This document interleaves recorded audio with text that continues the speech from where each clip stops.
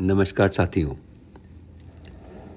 यदि आपको या आपके किसी परिवार के सदस्य या परिचित जन को मूत्राशय में एक ऐसा कैथेटर लगाया गया है और उसके साथ में मूत्र को इकट्ठा रखने के लिए एक यूरो बैग लगाया गया है, तो उसकी समुचित देखभाल करना आपको अवश्य आना चाहिए। इस वीडियो के ज़रिए मैं आपको बताना चाहता हूँ कि आपको बैग की देखभाल कैसे करनी है।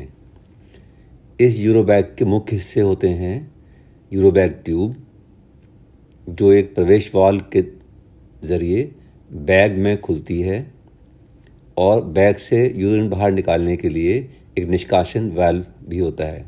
कुछ यूरो बैग में ये निष्कासन वाल्व ऊपर की तरफ लगा होता है।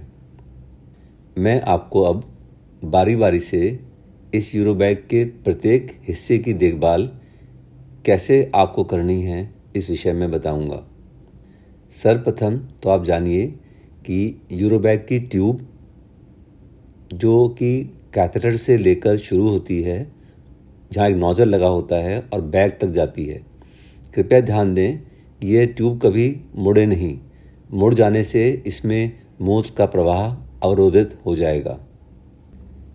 आप निरंतर इस बात पर ध्यान रखें कि जो मूत्र उस नली के अंदर बह रहा है उसका रंग कैसा है।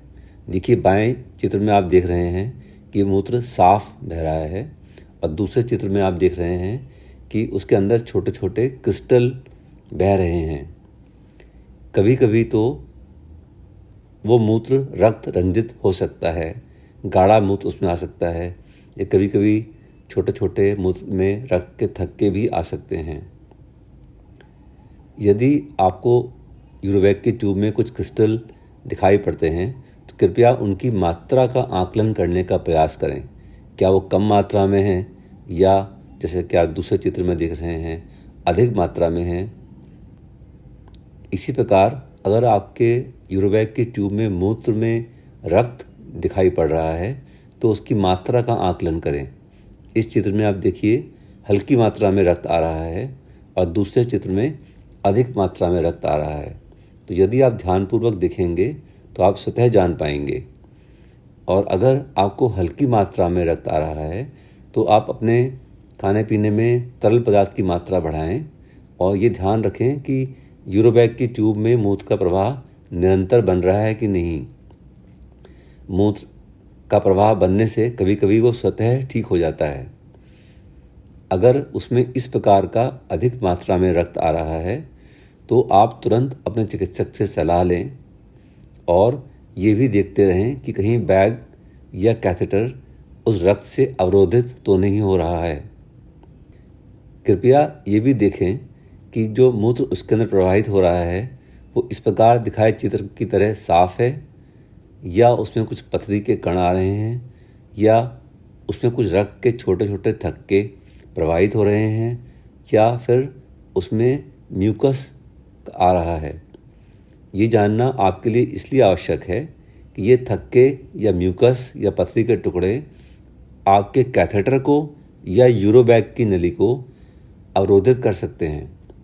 इससे बचने के लिए आप पानी पीने की मात्रा या तरल पदार्थ की मात्रा बढ़ा दें, और देखें कि क्या वो थक्के स्वतः बैग की ओर जा रहे हैं कि नहीं जा रहे हैं।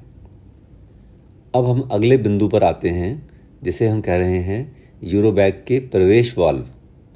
इस पर आपको क्या ध्यान देना है। देखिए, इस प्रकार दिखाए चित्र में ये यूरो बैग की नली पलट कर मुड़ गई है, और यहाँ ये इसमें रुकावट पैदा हो जाएगी। तो आप इसका ध्यान रखें, यूरो बैग की ट्यूब को इस प्रकार बाहर की तरफ ना पलटने दें। बेहतर होगा कि आप उसको थोड़ा सीधा रखें, या फिर जो उसमें कई बार क्लिप होता है उस क्लिप में यूरो बैग की ट्यूब को फिक्स कर दें, और फिर हो सके तो एक धागे के से उसको वहाँ सिक्योर करके रखें। इस प्रकार आप यूरो बैग की ट्यूब को बैग के एंट्री पॉइंट पर रुकने से बचा सकते हैं। दूसरा, देखें कि जो बैग की ट्यूब जहाँ बैग पर जुड़ रही है, कुछ बैग्स में उसके नीचे एक छलनी लगी होती है। उसका कार्य है कि वो अगर मूत्र में कुछ गंदगी आ रही है तो वो उसके अंदर रुक जाए। कभी कभी ये छलनी जाम हो जाती है और मूत्र का प्रवाह रुक जाता है। ऐसा होने पर आपको बैग को बदलना पड़ सकता है। अब हम तीसरे बिंदु पर आते हैं, यूरो बैग पर क्या ध्यान दें। यूरो बैग के विषय में मैं आपको बताऊंगा कि कैसे आप उसकी मूत्र की मात्रा पर ध्यान रखें, मूत्र के रंग पर ध्यान रखें, उसमें कुछ गंदापन तो नहीं, या उसमें कुछ क्रिस्टल तो नहीं, या फिर उस बैग को कैसे पूरा ध्यान रखें।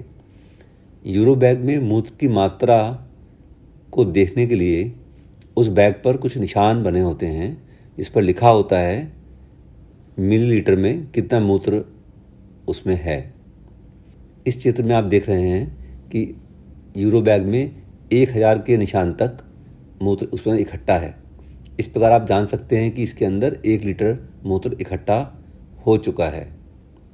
ये आपके लिए आवश्यक है कि आप 2-2 घंटे के अंतराल पर देखते रहें कि बैग में मूत्र आता है कि नहीं, और अच्छा रहेगा कि आप इसका रिकॉर्ड किसी कागज़ पर या डायरी में लिखें। प्रत्येक 12 घंटे में कुल कितना मूत्र आपके बैग में एकत्रित हो रहा है इसको भी लिखते रहें। दूसरा, आप मूत्र के रंग पर भी ध्यान रखें। इस चित्र में आप देख रहे हैं कि बैग के अंदर का मूत्र साफ है, पानी की तरह। दूसरे चित्र में थोड़ा रक्त रंजित है, और तीसरे चित्र में तो बहुत ही अधिक मात्रा में रक्त आ रहा है। यूरो बैग की ट्यूब में भी रक्त है और बैग में भी रक्त है। यदि बैग में हल्का रक्त इकट्ठा हो रहा है, जैसे कि आप इस चित्र में देख रहे हैं, तो आप तरल पदार्थ की मात्रा बढ़ाएं। ऐसा हो सकता है कि बैग में आ रहे मूत्र का रंग स्वतः ठीक हो जाए। यदि यह लाली बनी रहे तो आप चिकित्सक से चर्चा करें। अगर इतना अधिक रक्त आ रहा है जैसा कि आप इस चित्र में देख रहे हैं, तो आप बिना कुछ समय गंवाए तुरंत अपने चिकित्सक से संपर्क करें। बेहतर होगा आप जाकर उन्हें स्वतः मिलें। इतना अधिक मूत्र में आया रक्त उसको अवरोधित कर सकता है। दूसरा, आप देखें कि मूत्र में कुछ गंदापन तो नहीं। देखिए, इस चित्र में आप एक साफ मूत्र देख रहे हैं, और दूसरे चित्र में बैग के अंदर जो मूत्र इकट्ठा है उसमें पस के कारण वो कुछ गंदा दिखाई पड़ रहा है। आप अगर अपने बैग में गंदापन देख रहे हैं तो आप सजग हो जाइए, ये संक्रमण का द्योतक हो सकता है। कृपया तरल पदार्थ की मात्रा बढ़ाएं, अपने मूत्र में संक्रमण की जांच करवाएं और अपने चिकित्सक को इस विषय में सूचित कर दें। कुछ रोगियों में जो बैग को बहुत लंबे समय तक लगा कर रखते हैं, उनका बैग बजाय इसके कि वो साफ दिखे, वो जामुनी रंग का दिखने लगता है। ये जामुनी रंग बैग में पनप रहे एक विशेष संक्रमण के कारण होता है। कृपया तुरंत अपने यूरो बैग को बदलें और एक नया बैग लगाएं, और अपने चिकित्सक को भी ऐसा बता दें कि आपका बैग एक जामुनी रंग में परिवर्तित हो गया था।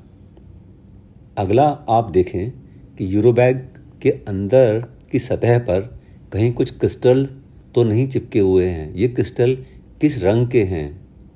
कभी कभी ये क्रिस्टल हल्के पीले फॉस्फेट्स के होते हैं, और यह यूरिन की जो पीएच है वो चेंज होने के कारण होते हैं, या संक्रमण के कारण भी हो सकते हैं।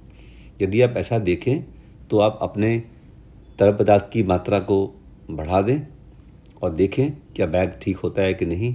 यदि नहीं तो बेहतर होगा कि आप बैग को बदल दें और अपने मूत्र में संक्रमण की जांच कराएं और चिकित्सक से मशवरा करें। अगला आपको ध्यान देना है कि आप दिन भर की अपनी दैनिक क्रियाओं के दौरान बैग को कहाँ रखें। कुछ रोगी उसको अपने हाथ में पकड़ना अच्छा समझते हैं, कुछ रोगी उसको अपने अंदरूनी वस्तुओं में उसमें दिए क्लिप के रास्ते उसको लटका कर रखते हैं। यदि आप सो रहे हैं और लेटे हुए हैं तो आप बैग को पलंग के किनारे एक रेल से भी बांध के रख सकते हैं। कृपया ध्यान रखें, प्रत्येक स्थिति में, या आप बैठे हैं या चल रहे हैं या लेटे हैं, यूरो बैग को मानव शरीर के अंदर स्थित मूत्राशय के स्तर से हमेशा नीचे रहना चाहिए। कुछ रोगी अपनी सुविधा अनुसार एक छोटा बैग जो कि वो अपने पैर पर बांध कर रखते हैं, उसे हम लेग बैग कहते हैं, उसका प्रयोग करते हैं। या तो आप उसे कुछ पट्टों के ज़रिए लेग पर स्थिर कर सकते हैं, या आप जैसे कि आप दूसरे चित्र में देख रहे हैं एक जैकेट जैसी है, आप उसके अंदर बैग रख सकते हैं। कुछ रोगी अपने बैग को थाई पर बांधना चाहते हैं। एक चित्र में ये बैग पट्टी के द्वारा स्थिर किया गया है, दूसरे चित्र में ये एक जैकेट के अंदर रख दिया गया है। प्रत्येक रोगी अपने सुविधानुसार इसका निर्धारण कर सकता है। हाँ, ये जरूर ध्यान रखिए कि बैग को कहाँ नहीं रखना है। रोगी बैग को अपनी शैया पर कभी ना रखें। कभी कभी ये खुल जाता है और मूत्र बाहर निकल सकता है, या फिर आप शैया का संक्रमण आपके बैग में चला जाएगा। इसी प्रकार आप बैग को ज़मीन पर ना रखें, जैसा कि इस चित्र में दिख रहा है, क्योंकि ज़मीन पर पड़ी गंदगी आपके बैग के अंदर प्रवेश कर सकती है और गंभीर संक्रमण का कारण बन सकती है। अगला बिंदु है यूरोबैग के निष्कासन वाल्व पर आप क्या ध्यान दें। जैसे कि मैंने पहले भी बताया, कुछ बैग में ये वाल्व ऊपर की तरफ होता है, तो यह हमेशा बंद रहना चाहिए। सिर्फ तभी खोला जाना चाहिए जब आप बैग को खाली करना चाहते हैं। ऐसा ना हो कि गलती से वो खुला रह जाए और लंबे समय खुला रह जाए। अगर ये खुला रहेगा तो इसके अंदर संक्रमण प्रवेश कर जाएगा और आपको गंभीर परिणाम हो सकते हैं।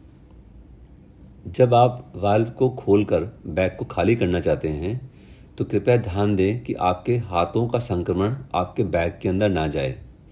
इसके लिए या तो आप संक्रमण रहित स्वच्छ दस्ताने पहने, या फिर आप अपने हाथों को 2-3 बार अच्छे से सैनिटाइज कर लें। और हाँ, जब आप बैग को टॉयलेट सीट में खाली कर रहे हैं तो निष्कासन वाल्व टॉयलेट सीट के किसी भी हिस्से को नहीं छूना चाहिए।